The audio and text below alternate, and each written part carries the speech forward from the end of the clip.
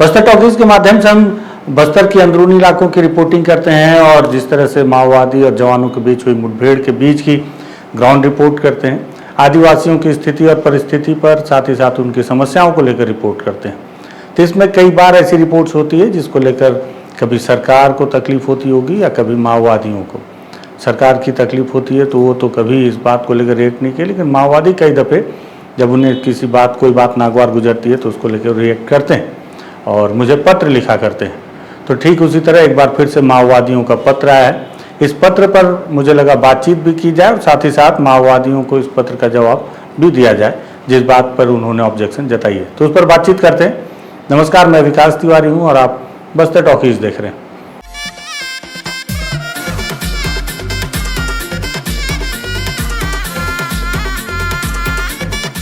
दरअसल जब से मैं बस्तर टॉकीज का निर्माण किया हमने और इसको बनाने के बाद लगातार बस्तर के अंदरूनी इलाकों में, उन इलाकों में जाकर जो इलाके काफ़ी चुनौतीपूर्ण होंगे और रहते भी हैं, साथ ही साथ जो मुठभेड़ें होती हैं उसको लेकर विधिवत ग्राउंड रिपोर्ट करने के लिए ही हमने बस्तर टॉकीज का निर्माण किया। इस दौरान कई दफ़े ऐसा भी होता है कि बहुत सारी सच्चाइयाँ सामने आती हैं, बहुत सारी तस्वीरें सामने आती हैं, बहुत नए नए अनुभव जानने, सीखने, समझने को मिलते हैं और उन्हीं नए अनुभवों के आधार पर जो मैंने ज़मीन पर देखी या फिर जो मुझे समझ में आया, जो मैंने नई सीख ली, उन अनुभवों को कई दफ़े मैं अपने कई रिपोर्ट्स में उपयोग भी कर लेता हूँ।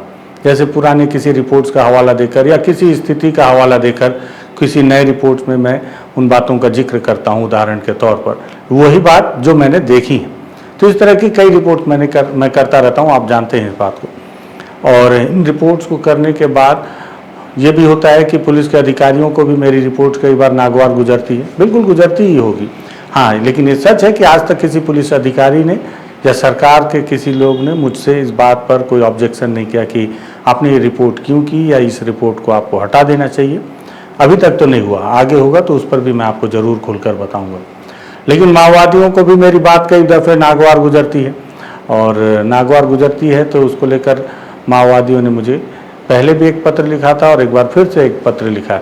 इसके पहले जब मैंने एक दफ़े इस बात का जिक्र किया था कि बस्तर के आदिवासी जान जोखिम में डालकर वोट देते हैं क्योंकि माओवादियों का फरमान होता है कि वोट देने पर उंगलियां काट दी जाएंगी, उसको लेकर माओवादियों ने नाराज़गी जाहिर की थी और एक पत्र दिया था और उस पत्र का भी मैंने फिर वीडियो के माध्यम से जवाब दिया था। ठीक इसी तरह बीते दिनों जब मैं अबुझमाड़ की यात्रा उत्तर बस्तर की तरफ से कर रहा था और उस दौरान जब मैं कांकर जिले के अंतिम छोर की तरफ में था, तब किसी माध्यम से माओवादियों का एक पत्र मुझ तक पहुंचाया गया और उस पत्र को जब मैंने खोला तो उसमें शुरुआत में तो माओवादियों ने तारीफ लिखी है, लेकिन फिर 4 बिंदुओं में अपने ऑब्जेक्शन भी दर्ज किया है। उन्होंने कई विषयों पर आपत्ति जाहिर की है। क्या पत्र है वो मैं आपको दिखाता हूँ। दरअसल ये 2 पन्ने का पत्र है जिसे माओवादियों ने लिखा है। पहले मैं आपको पढ़ भी देता हूँ और स्क्रीन पर ही आपको पत्र भी दिखाता हूँ, फिर इस पर हम माओवादियों को मैं चाहूँगा कि इसी वीडियो, क्योंकि मेरे पास और कोई माध्यम है नहीं कि मैं उन्हें उनके इस बात का जवाब दे पाऊँ। उन्होंने लिखा है, श्री विकास तिवारी जी नमस्ते, मैं लंबी समय से आपके लिए एक खत लिखना चाहता हूँ लेकिन कगार अभियानों के चलते नहीं हो पाया, अभी भी बहुत मुश्किल से लिख रहा हूँ। पहले मैं आपको धन्यवाद बताना चाहता हूँ, आज तक आप बस्तर से हर तरह की खबर को कवर करते स्टोरी बना रहा है, दर्शकों तक आप फील्ड रिपोर्ट दिखा रहा है, इससे दुनिया बहुत सारे सच्चाइयों को जान रहा है। आप एनडीटीवी के लिए भी काम करना और अच्छी बात है।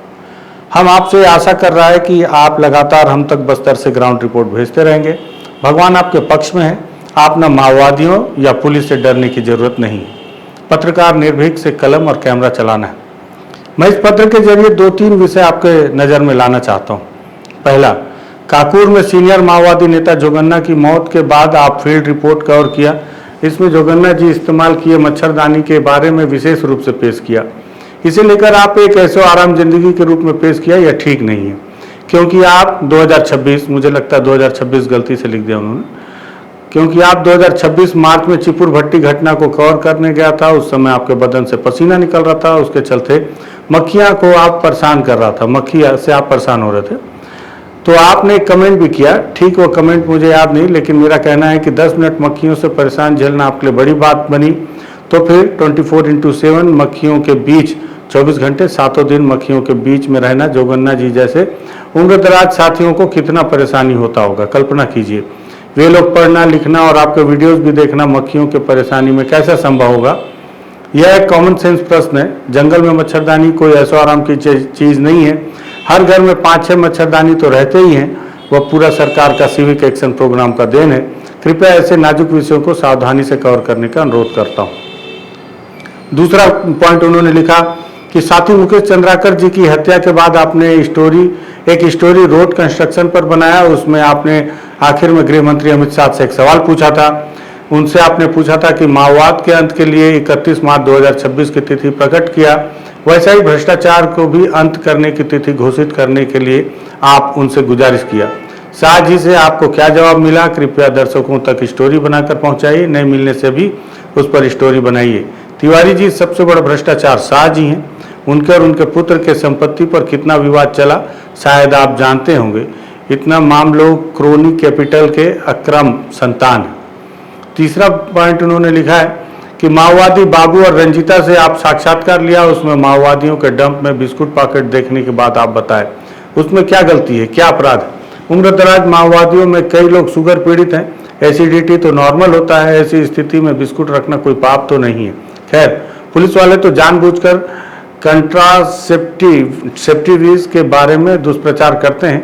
उससे यह 100% ठीक है। लोग माओवादियों के हेल्थ केयर पर खुश होंगे। चौथा, कॉमरेड बसवराजू के परिवारजन से आप यह सवाल किया कि बसवराजू घर के लिए पैसा भेजा क्या।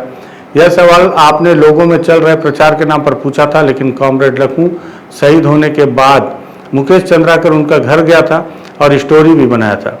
वह स्टोरी देखने से आपका सवाल का जवाब मिलेगा। आप बस्तर में सैकड़ों साथियों का घर देखें। उनके घर वाले का आर्थिक स्थिति का जानकारी भी आपको होगा। यह पैसा का बात पुलिस से दुष्प्रचार किया जा रहा है। इस दुष्प्रचार के अलावा लोगों में एक विचार ऐसा भी है कि कोई भी आदमी बिना वेतन काम क्या करेगा। शुरुआत में लोग नक्सलियों को भी सरकारी कर्मचारी मानते थे, लेकिन आज स्थिति वैसा नहीं है। शहीद भगत सिंह को जितना वेतन मिलता था उतना ही वेतन आज की माओवादियों को मिलता है।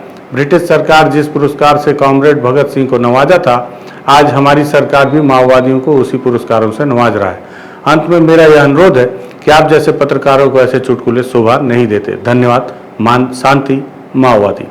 तो ये पत्र है 2 पन्ने का जो माओवादियों ने मुझे लिखा है। और मैं असल में इस पत्र को मुझे प्राप्त हुए लगभग 1 सप्ताह से अधिक का समय हो गया है। उन्होंने कब लिखा है तो नहीं पता। मुझे लगा कि इसका जवाब मैं कैसे दूं, क्योंकि कई लोगों को ऐसा लगता है कि जब मैं जंगल जाता हूं तो मेरी मुलाकात माओवादियों से होती। आज मैं आप लोगों को एक बात स्पष्ट कर दूं कि मेरी मुलाकात माओवादियों से जब भी मैं जंगल जाता हूं तो नहीं होती है। माओवादियों से आपकी मुलाकात तभी हो सकती है जब माओवादी चाहेंगे। आपके चाहने से माओवादी आपसे नहीं मिलेंगे। जब वो चाहेंगे तब वो आपसे मिलेंगे। वो आपके सामने ही होंगे, लेकिन आप पहचान नहीं पाएंगे। क्यों? क्योंकि वो छद्म रूप में रहेंगे। आपको पता ही नहीं होगा कि वो जो ग्रामीण वेशभूषा में है वो माओवादी है या ग्रामीण है, लेकिन जब वो चाहेंगे तो अपने असली रूप में आ जाएंगे। तो जब भी मैं जंगल जाता हूँ तो मेरी मुलाकात माओवादियों से नहीं होती। जब माओवादी चाहते हैं तो यदा कदा हो भी जाती है। तो इस पत्र का जवाब कैसे दिया जाए? तो मुझे लगा इस पत्र का जवाब भी देना जरूरी है, नहीं तो ये बात एक पक्षी हो जाएगी, एक तरफा हो जाएगी कि उन्होंने अपनी बात रखी और मैं अपनी बात उन तक नहीं रख पा रहा हूँ। और मुझे लगा इसलिए इस वीडियो के माध्यम से उनके जवाब दिए जाएं। तो उनके जो 4 बिंदुवार जो ऑब्जेक्शन थे या बात थी उस पर मैं ये बोलना चाहूँगा।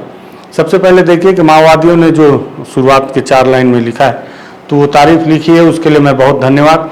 और एक बात जो आपने लिखी कि भगवान मेरे पक्ष में है, ना मुझे पुलिस से डरने की ज़रूरत है ना माओवादियों से, तो ये बात आपने आश्वस्त करके मुझे और भी ज़्यादा निर्भीक बनाया है कि मैं निश्चिंत होकर बस्तर के जंगलों में कहीं भी जा सकता हूँ। हाँ, एक बात ज़रूर है कि आप लोगों के द्वारा जगह जगह पर समय और परिस्थिति के अनुसार आईडी बम और स्पाइक होल लगाए जाते हैं। क्या उससे मैं किस तरह से बच सकता हूँ, इसका ध्यान फिर आपको देखना होगा, क्योंकि उसके लिए मैं विशेष तौर पर ट्रेंड तो हूँ नहीं। हाँ, वाकई में भगवान मेरे पक्ष में है कि अब तक मेरे साथ कोई दुर्घटना नहीं हुई है, लेकिन फिर भी ये अगर हो जाएगा तो एक इत्तेफाक ही होगा। मुझे नहीं लगता कि आप मुझे मारने के लिए इस तरह के बम का प्रयोग करेंगे। और गलती से अगर मेरा पैर किसी अन्य ग्रामीण की तरफ पड़ जाए तो क्या ही किया जा सकता है। खैर, आपने जिस बात का जिक्र किया इसमें कि काकूर में सीनियर माओवादी नेता जोगन्ना के मौत के बाद जो मैंने मच्छरदानी का जिक्र किया, देखिए, हमेशा से ही माओवादी पार्टी जो है, हाँ ये बात सही है कि उस इलाके में मक्खियाँ बहुत ज़्यादा थीं, और ये भी बात सही है, अगर आप इतने पॉइंट टू पॉइंट मेरी बातों को पकड़ते हैं तो आपने ये भी सोचा होगा, सुना होगा, इसी काकूर की रिपोर्ट में मुझे बखूबी याद है, हालांकि मच्छरदानी वाली रिपोर्ट को मैं अपने चैनल में बहुत देर से ढूंढा, या 3-4 दिन से ढूंढ रहा हूँ, लेकिन वो मच्छरदानी वाली बात नहीं मिल रही है। लेकिन मुझे ज़रूर याद है कि उस वक्त जवानों ने वो तस्वीर ज़रूर वायरल की थी जिसमें वहाँ पे मच्छरदानी लगाए गए थे कैंप में, और जिससे इस बात की पुष्टि हो रही थी कि ये मच्छरदानी निस्संदेह किसी सीनियर लीडर के लिए, जो कि उस वक्त वहाँ पे जोगन्ना के मौजूदगी की थी, तो उनके लिए ही रही होगी। और मच्छरदानी अगर केवल जोगन्ना के लिए थी तो उसके साथ और भी कैडर थे, उनके लिए मच्छरदानी क्यों नहीं, सबके लिए समान व्यवस्थाएं क्यों नहीं, इसलिए मैंने उस पॉइंट को उठाया था। दूसरी बात कि इस बात को भी मैंने वहाँ पे जिक्र किया था कि अगर कोई मुझे करोड़ों रुपए दे दे तो भी मैं इस जंगल में ना ठहरूं। तो जो लेवी वसूली का पैसा, जो लोग बोलते हैं कि लेवी वसूली के पैसे से माओवादी ऐश कर रहे हैं या फिर अपने बच्चों को विदेशों में पढ़ा रहे हैं, तो मुझे नहीं लगता कि अगर किसी को 2 करोड़ या 4 करोड़ दिया भी जाए तो भी उन जंगलों में खाक छानेगा जहाँ न पानी की व्यवस्था है, न खाने की तमाम व्यवस्थाएं हैं, दवाइयाँ जरूर हैं उसे भी, लेकिन छुपा कर रखना होगा। साथ ही साथ एक चीज़ गारंटी है कि मौत पता नहीं कब कहाँ से आ जाए, जो जोगन्ना के साथ हुआ था। तो अगर आपने उस पॉइंट को पकड़ा तो आपको इस पॉइंट को भी ध्यान देना होगा। ऐसा नहीं है कि हर रिपोर्ट आपके हिसाब से तैयार की जाएगी, रिपोर्ट में मैं वही बोलूँगा जो मुझे समझ में आएगा। मेरे जहन में बात आई कि जोगन्ना को अगर मक्खियाँ परेशान कर रही हैं तो फिर बाकी वहाँ पे और भी माओवादी थे सीनियर, उनके लिए मच्छरदानी की व्यवस्था क्यों नहीं, अगर थी तो कहाँ है मच्छरदानी। तो ये संभाव वाली व्यवस्था कहाँ है आपके पार्टी में, क्यों इस तरह की व्यवस्था। तो अगर उस पर मैंने सवाल उठाया तो मुझे लगता है कि इस पर आपको आपत्ति नहीं बल्कि जवाब देना चाहिए कि आपके पास या तो मच्छरदानी की कमी होगी या जोगन्ना की स्थिति ज़्यादा गंभीर रही होगी। ऑब्जेक्शन नहीं करना चाहिए, जवाब देना चाहिए उस पर। दूसरा पॉइंट आपने लिखा कि साथी मुकेश चंद्राकर वाली जो स्टोरी की बात आपने लिखी कि मैंने उस स्टोरी पर पूछा था केंद्रीय गृह मंत्री अमित शाह से सवाल कि अगर आपने 31 मार्च 2026 की तारीख तय की है माओवाद को समाप्त करने की, तो भ्रष्टाचार को समाप्त करने की तिथि भी आपको बतानी होगी। और मुझे लगता है कि ये बात केंद्रीय गृह मंत्री तक पहुँचे, मुझे लगता है अभी मेरी औकात उतनी बड़ी नहीं हुई है, लेकिन फिर भी मुझे पता है कि अगर उन तक पहुँचेगी भी तो उनसे कोई जवाब मिलना नहीं है। केंद्रीय गृह मंत्री छोड़ दीजिए, छत्तीसगढ़ के जो मंत्री हैं वो भी इस पर कोई जवाब नहीं दे पाएंगे, जो छोटे विधायक भी होंगे, सबसे छोटे कद के जनप्रतिनिधि होंगे, वो भी इस पर जवाब नहीं दे पाएंगे, क्योंकि पूरा सिस्टम ही करप्ट है, पूरा सिस्टम ही भ्रष्टाचार के नींव पर टिका हुआ है।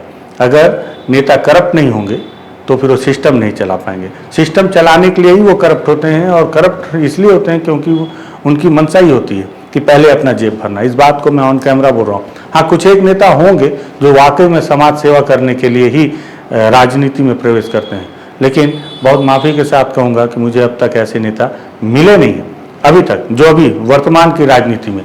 पुराने रहे होंगे तो रहे होंगे, पुराने कई उदाहरण हैं ऐसे, लेकिन अभी मुझे मेरे आसपास नहीं दिख रहे। तो भ्रष्टाचार के समाप्ति की क्या तिथि बताएंगे केंद्रीय गृह मंत्री अमित शाह जी? हाँ, अमित शाह जी ने केवल नक्सलवाद के समाप्ति की तिथि बताई है। तो उस पर मैंने कोई स्टोरी नहीं बताया, इसलिए नहीं बनाया क्योंकि उस पर कोई जवाब आया नहीं और जवाब आएगा भी नहीं। लेकिन आपने पूछा है तो मैं बता रहा हूँ कि भ्रष्टाचार की अंतिम तिथि कभी नहीं आएगी, बल्कि हाँ, ये और चरम पर जाएगा। भ्रष्टाचार इतने चरम पर जाएगा कि हर कोई हर तरफ रह जाएगा। रोज मैं तो बोलता हूँ कि भ्रष्टाचार एक ऐसा चीज है जो खत्म नहीं होगा, आपको बस अपने बर्दाश्त करने की क्षमता बढ़ानी होगी कि आप इससे ज़्यादा हो रहे भ्रष्टाचार को भी सह सकें। तो भ्रष्टाचार वाले दूसरे मुद्दे पे तीसरा आपने लिखा माओवादी बाबू और रंजीता से जो मैंने साक्षात्कार लिया उसमें मैंने बिस्कुट पॉकेट को देखने की बात कही। माओवादी रंजीता और बाबू के उस साक्षात्कार को मैंने दोबारा देखा, फिर से सुना, तो उसके आखिर में मैंने बताया कि आप लोग क्या खाते हैं और डंप वाली बात। ये बात मैंने कई बार नोटिस की है और कई बार मैंने इसको एक आध वीडियो भी मैंने इस पर बनाया है, बाकायदा रिपोर्ट की। माओवादियों के जो छोटे कैडर के माओवादी होते हैं उनके खाने के सामान की क्वालिटी या उसमें, और जो बड़े स्तर के माओवादी होते हैं उनके खाने पीने के सामान की क्वालिटी में ज़मीन आसमान का फ़र्क होता है। मैंने इस पर ऑब्जेक्शन नहीं जताया कि वहाँ बिस्किट क्यों था। आप उस वीडियो को फिर से ध्यान से देखिएगा, क्योंकि मैंने उस पर यह ऑब्जेक्शन जताया है कि दोनों की क्वालिटी में फ़र्क होता है। छोटे कैडर के होते हैं तो उनके लिए लाइफबॉय जैसे साबुन का इस्तेमाल होता है, और जहाँ पे बड़े स्तर के माओवादी होते हैं, अगर कभी उनके कैंप में पुलिस धावा बोलती है और वहाँ के डंप बरामद करती है, तो वहाँ से पतंजलि के बिस्कुट और उनके टूथपेस्ट बरामद किए जाते हैं और पतंजलि के साबुन। लेकिन जहाँ पे छोटे कैडर होते हैं वहाँ पे लाइफ बॉय के साबुन को आधे टुकड़े में काट कर दिया जाता है। तो ऐसे दो तरह के उपयोग, मतलब पार्टी में ही सभी कैडरों को बराबर नज़र से क्यों नहीं देखा जाता। अब इसमें तो बीमारी वाली बात नहीं है, और मैं इसके लिए भी नहीं बोल रहा हूँ कि कोई शुगर पेशेंट है या किसी को कोई बीमारी है तो उसके लिए बिस्किट क्यों नहीं रहा, वो आपकी व्यवस्था है। आपके कैडर बुजुर्ग हैं तो आपको तो उनके लिए दवाई, उनके खाने की व्यवस्था करनी होगी, मुझे उस पर कोई आपत्ति नहीं है, ये आपकी व्यवस्था है। मेरी आपत्ति इस बात पर थी कि क्वालिटी पर फर्क क्यों होता है। मैंने इस पर रिपोर्ट किया है बाकायदा कि जहाँ पे छोटे कैडर हैं वहाँ पे छोटे स्तर बहुत दोयम दर्जे के सामान है। आप खुद ध्यान दीजिए इस पर। ये बात अलग होगी कि आपके कोई सप्लाई टीम को कोई एक सप्लायर नहीं है जैसे सरकार के होते हैं। हाँ, ये भी बात सही है कि आप लोग अपने अपने व्यवस्था से अपने बजट के अनुसार मंगाते होंगे, लेकिन ये बात मुझे दिखी तो मैंने इस बात को बोला, क्योंकि जो दिखेगा वही बोलूँगा मैं। मेरा कोई व्यक्तिगत आप लोगों से वो नहीं है कि मैं आप लोगों को बेवजह टारगेट करूं। मैं आप लोगों को इसलिए बोलूँगा जो चीज़ मुझे दिखेगी, क्योंकि आप लोग कहते हैं ना कि जो हमारे जो लोकतंत्र में ऊंच नीच है, तो इसीलिए मैं आपकी पार्टी को लेकर भी जो खामियां उस पर बात करूँगा और जो भी दिक्कतें हैं उस पर जो मुझे समझ में आएगी, जो देखेंगे, जो मेरा अनुभव उस आधार पर, तो उस वीडियो को आप दोबारा फिर से देखिएगा। मैंने उस पर इस पर ऑब्जेक्शन नहीं किया कि बिस्किट क्यों, ये बताया कि बिस्किट की क्वालिटी में फ़र्क क्यों, बड़े कैडर के लिए अच्छी क्वालिटी का पतंजलि का और छोटे कैडर वालों के लिए दोयम दर्जे का। चौथा, आपने लिखा है कि कॉमरेड बसवराजू के परिवारजन से मैंने सवाल किया था। हाँ, मैंने सवाल किया था क्योंकि आपको पता नहीं आप लोगों को पता है या नहीं पता, लेकिन पुलिस के अधिकारी हों, सरकार हों या आम जन के बहुत सारे लोग हों, तो पुलिस का प्रोपोगंडा भी हो गई और पुलिस ने कई दफ़े इस बात को कहा है कि माओवादी जो है वो लेवी वसूली में करोड़ों रुपए, 100 करोड़ रुपए की लेवी वसूली करते हैं। अब इसका हिसाब किताब या ऑडिट कौन करता है ये पुलिस ही जाने, लेकिन पुलिस ने कई बार दफ़े इस बात को कहा है कि करोड़ों रुपए की लेवी वसूली की जाती है माओवादियों के द्वारा, और उस वसूली का पैसा वो अपने बच्चों को विदेशों में पढ़ाने में खर्च करते हैं। तो इसका जवाब कौन देगा? इसका जवाब कौन देगा बताइए? मैं तो नहीं दे सकता, क्योंकि ना लेवी वसूली का पैसा मेरे पास आता है, ना मैं उसे खर्च करता हूँ, ना उसका ऑडिट करने का अधिकार है। यही वजह है कि मैंने कहा इस बात को। बसवराजू जो कि शीर्ष नेता रहे माओवादी पार्टी के, तो उनके परिवार के लोगों से, भाई अगर लेवी वसूली का पैसा अगर कोई माओवादी नेता अपने परिवार को दे रहा है तो उनके परिवारजनों से पूछा जाएगा ना कि क्या वाकई में सच है या पुलिस का प्रोपोगंडा है।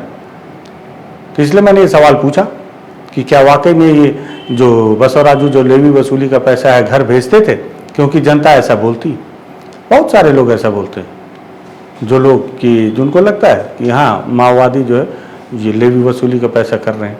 हाँ, रही बात आपने मुकेश भाई की एक रिपोर्ट जो उन्होंने किसी मारे गए माओवादी के घर की स्थिति दिखाई थी, मैंने भी देखा है। हरिभूषण के घर जाकर मैंने देखा है कि कैसे एक कमरे के घर में 9 लोग रहते थे।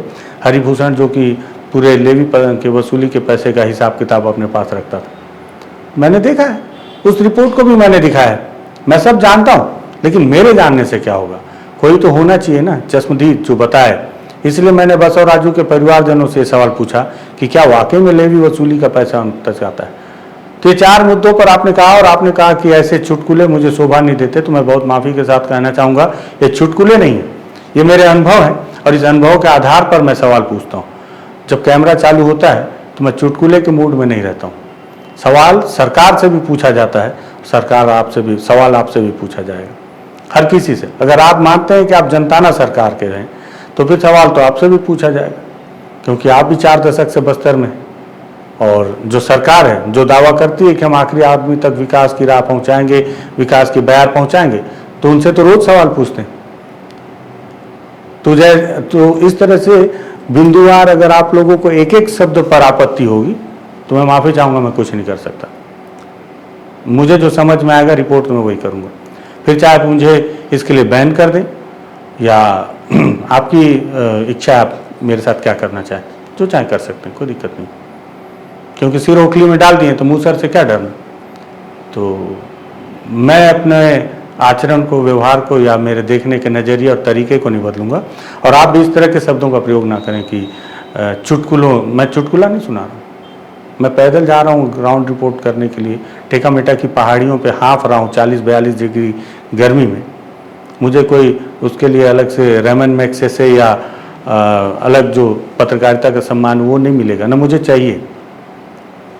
मुझे सम्मान तभी मिल जाता है जब बस्तर का आदिवासी इस भरोसे में रहता है कि कोई सुने ना सुने, बस्तर टॉकीज जरूर सुनेगा हमारी बात और हम उसको बताएंगे अपना दुख। तो मुझे लगता है ये भरोसा ही मेरे लिए सम्मान है। तो मैं उसके लिए जाता हूँ पैदल, और उसके बाद वहाँ पे क्या लगता है, कैमरा चालू होगा तो मैं चुटकुला सुनाऊंगा वहाँ पे। ये मेरा अनुभव है। हर एक बात पे 4 मुद्दे आपने जो रखे, आपको नागवार गुजरे, हर किसी को गुजरते हैं। जबकि आप पर कोई भी हो, उंगलियां उठती हैं तो तकलीफ होती है। जो मुझे लगा उसके मेरे पास आधार है, उस आधार पर मैंने अपनी सारी बातें रखी, और आपको बुरा लगा तो मैं उसके लिए कुछ नहीं कर सकता। बार बार जब जब मुझे दिखेगा मैं बोलूँगा जरूर, मैं हर किसी के लिए। आप पे भी सवाल उठाऊंगा, मैं पुलिस पे भी सवाल उठाता हूँ, मैं सरकार पे भी सवाल उठाता हूँ। तो ये मेरा जवाब था। मेरे पास कोई माध्यम नहीं है। जिस तरह से आपने अपने किसी पत्रवाहक को भेजा मुझ तक और उसने वो पत्र दिया और कहा इसे आप पढ़ेंगे तो आप समझ जाएंगे किसने भेजा है। मेरे पास ऐसी कोई व्यवस्था नहीं है कि मैं आपके पत्र का जवाब लिखकर किसी को दूं और कह दूं कि दे दीजिएगा और बता दीजिएगा कि इसे पढ़ेंगे तो आप समझ जाएंगे कि बस्तर टॉकीज वाले विकास तिवारी ने भेजा है। इसलिए इस वीडियो को तैयार किया हूँ, और इसलिए भी तैयार किया हूँ कि हर किसी को भी पता चले। जो लोग सोचते हैं कि मैं माओवादियों का हितैषी हूँ, या कभी सोचते हैं मैं पुलिस का PR कर रहा हूँ, जो सच है वही बताऊंगा। चाहे पुलिस गलत हो या माओवादी गलत हो, जो गलत होगा उसको कटघरे में खड़ा किया जाएगा। मैं गलत हूं तो मैं भी कटघरे में खड़े होने को तैयार हूं। ये माओवादियों का पत्र था, मुझे लगा जवाब देने के लिए ये माध्यम भी ठीक है, और समाज को और मेरे दर्शकों को भी बताने के लिए ये माध्यम ठीक है कि देखिए चिट्ठियां आती, जवाब देना जरूरी है, जवाब देना भी चाहिए। जवाब आप तभी दे पाएंगे जब आप सही हो। मुझे लगता है कि आज की दिनांक तक तो मैं सही हूँ, कल गलत हो जाऊंगा तो क्या कर सकते हैं। अगर आपको ये चिट्ठी समझ में आई, वो लगे कि और भी लोगों तक ये चिट्ठी पहुंचनी चाहिए, तो आप भी इस वीडियो को शेयर कर सकते हैं। बहुत ज़रूरी नहीं शेयर करें ना करें, और लगे कि बस्तर टॉकीज में ठीक ठाक काम कर रहा हूँ, सब्सक्राइब कर लीजिएगा। धन्यवाद।